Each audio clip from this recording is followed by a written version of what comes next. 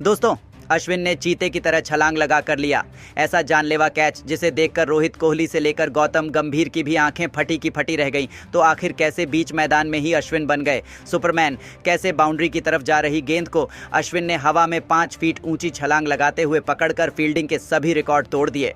उनका वह जादुई कैच तो हम आपको इस वीडियो में दिखाएंगे ही, तो हमारे साथ अंत तक बने रहे। लेकिन उससे पहले यदि आप भी जडेजा, अश्विन और कोहली को शानदार फील्डर मानते हैं तो हमारी इस वीडियो को लाइक और चैनल को सब्सक्राइब करना बिल्कुल भी ना भूले। दोस्तों, इंडिया न्यूजीलैंड के बीच खेले जा रहे वानखेड़े के मैदान पर तीसरे टेस्ट मैच के दूसरे दिन हमें एक गजब का मूवमेंट देखने को मिला।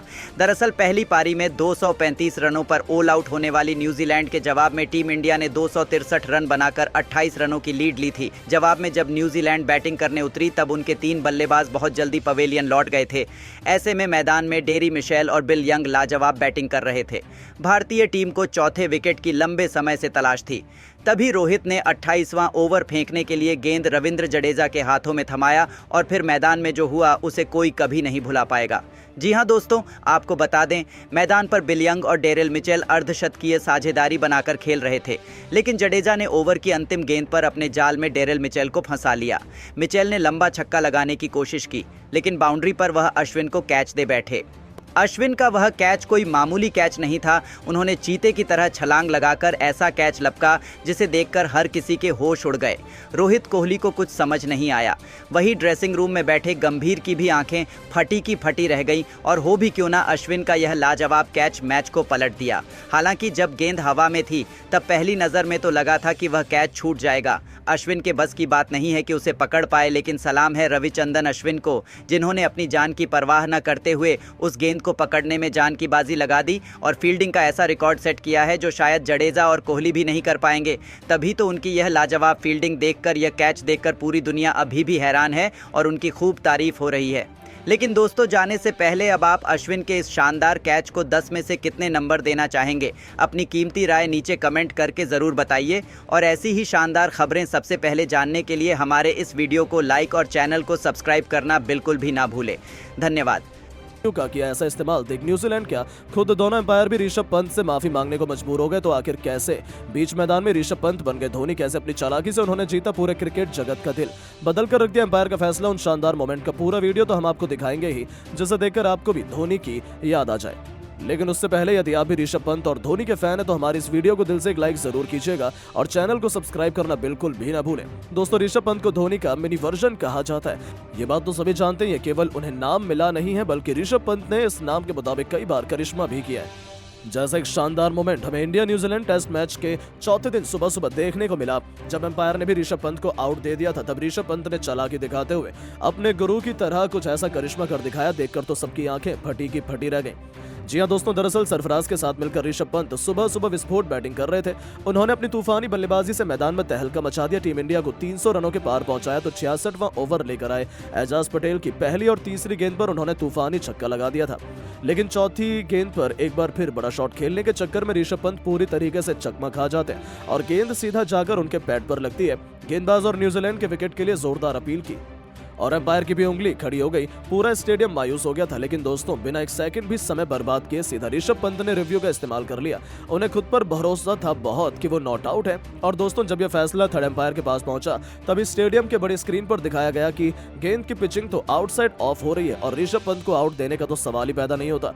ग्राउंड एम्पायर से बहुत बड़ी गलती हो गई और थर्ड एम्पायर ने उनका फैसला बदलाव कर ऋषभ पंत को एक नया जीवन दान दिया, जिसके बाद तो खुद एम्पायर भी ऋषभ पंत से माफी मांगते हुए नजर आए। तो वहीं ऋषभ पंत ने जैसे चालाकी दिखाते हुए न्यूजीलैंड का दिल तोड़ा, सबको धोनी की याद आ गई थी, क्योंकि वो भी इसी तरह रिव्यू लेकर मैच का पासा पलट देते हैं। जहां अब यह शानदार मोमेंट बहुत तेजी से वायरल हो रहा है। आखिर हो भी क्यों ना, धोनी के नक्शे कदम पर चलते हुए ऋषभ पंत आए दिन नए माइलस्टोन हासिल कर रहे हैं। तो दोस्तों, अब आपको क्या लगता है कि धोनी और पंत में कौन सबसे शानदार विकेट कीपिंग बल्लेबाज है? अपनी कीमती राय नीचे कमेंट करके जरूर बताएं और ऐसी शानदार खबरों के लिए चैनल को सब्सक्राइब जरूर करें। धन्यवाद। तो तीसरे दिन मैदान पर उतरते ही बुमराह और सिराज ने न्यूजीलैंड के बल्लेबाजों की उड़ाई धज्जियां। एक के बाद एक विकेट उखाड़कर पूरी टीम को घुटने टेकने पर कर दिया मजबूर। तो आखिर भारत के सामने न्यूजीलैंड के कितने रनों का खड़ा किया स्कोर, कितने रनों पर सिमट गई न्यूजीलैंड की पूरी टीम, बुमराह और सिराज के साथ साथ किन किन गेंदबाजों ने उड़ाए न्यूजीलैंड के बरखच्चे। बुमराह और सिराज के तूफान के साथ साथ हम आपको मैच की पूरी हाईलाइट तो जरूर दिखाएंगे, लेकिन उससे पहले आपको क्या लगता है भारतीय टीम न्यूजीलैंड को पहले टेस्ट मैच में धूल चटा पाएगी या नहीं, नीचे कमेंट करके जरूर बताइएगा। दोस्तों, भारत और न्यूजीलैंड के बीच T20 सीरीज का पहला मुकाबला बेंगलोर के एम चिन्नास्वामी स्टेडियम में खेला जा रहा है। आपको बता दें, पहला दिन बारिश के कारण धुल जाने के बाद दूसरे दिन दोनों टीमों के बीच सिक्का उछाला गया। टॉस कप्तान रोहित शर्मा ने जीता और पहले बल्लेबाजी करने का फैसला किया, लेकिन भारत की पूरी टीम केवल 46 रनों के स्कोर पर ऑल आउट हो गई, जिसके जवाब में उतरी न्यूजीलैंड की टीम ने भी दूसरा दिन खत्म होने तक 180 रन 3 विकेट पर बना लिए थे। मैदान पर डेरिल मिचेल और रचिन रविंद्र बल्लेबाजी कर रहे थे। इन दोनों खिलाड़ियों के बीच एक अच्छी साझेदारी बन रही थी। तीसरे दिन का खेल शुरू हुआ तो एक बार फिर से ये दोनों खिलाड़ी बैटिंग करने के लिए मैदान पर उतरे। पुराने वाले ही अंदाज में ये दोनों बल्लेबाज नजर आ रहे थे। तीसरे दिन भारत की तरफ से पहले ओवर लेकर आए मोहम्मद सिराज, लेकिन इनका स्वागत रचिन रविंद्र ने पहली गेंद पर शानदार चौका लगाकर किया और अपनी टीम के स्कोर को आगे बढ़ाया। भारत की तरफ से 52वां ओवर लेकर आए जसप्रीत बुमराह खतरनाक गेंदबाजी कर रहे थे। कीवी बल्लेबाजों को खूब परेशान कर रहे थे, लेकिन अंतिम गेंद पर रविंद्र ने रन बटोरे 3 और अपनी टीम को 188 रनों तक पहुंचा दिया। अब तक न्यूजीलैंड की टीम ने 142 रनों की बढ़त बना ली थी। भारतीय कप्तान रोहित शर्मा को जल्द से जल्द विकेट की जरूरत थी ताकि न्यूजीलैंड को ऑल आउट कर मैच में भारत हासिल कर सके। 53वां ओवर लेकर आए मोहम्मद सिराज ने खतरनाक गेंदबाजी का नजारा दिखाया। एक रन के लिए न्यूजीलैंड के बल्लेबाजों को तरसा दिया। न्यूजीलैंड का स्कोर धीरे धीरे कछुए की रफ्तार की तरह आगे बढ़ रहा था। भारतीय टीम मैच में पकड़ मजबूत बनाने की कोशिश कर रही थी।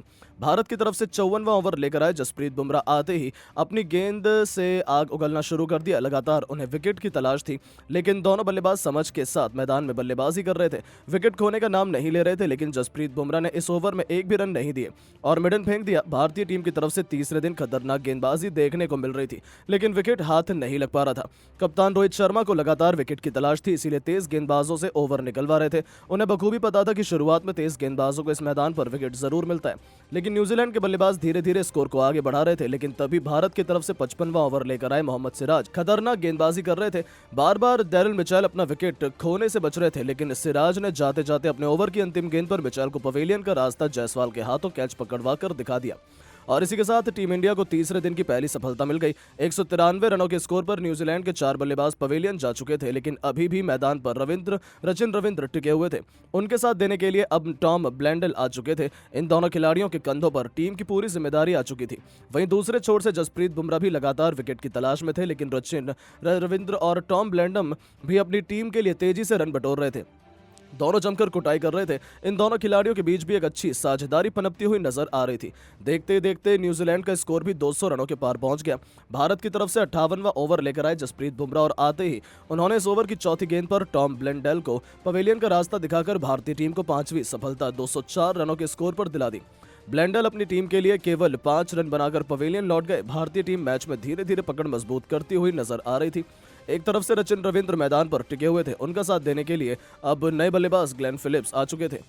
इन दोनों खिलाड़ियों के कंधों पर न्यूजीलैंड की टीम पूरी की पूरी जिम्मेदारी आ चुकी थी। न्यूजीलैंड ने 159 रनों की बढ़त भी हासिल कर ली थी। टीम इंडिया को जल्द से जल्द न्यूजीलैंड टीम को ऑल आउट करना बेहद जरूरी था। बुमराह और सिराज की गेंद ग्लेन फिलिप्स को बिल्कुल भी समझ नहीं आ रही थी।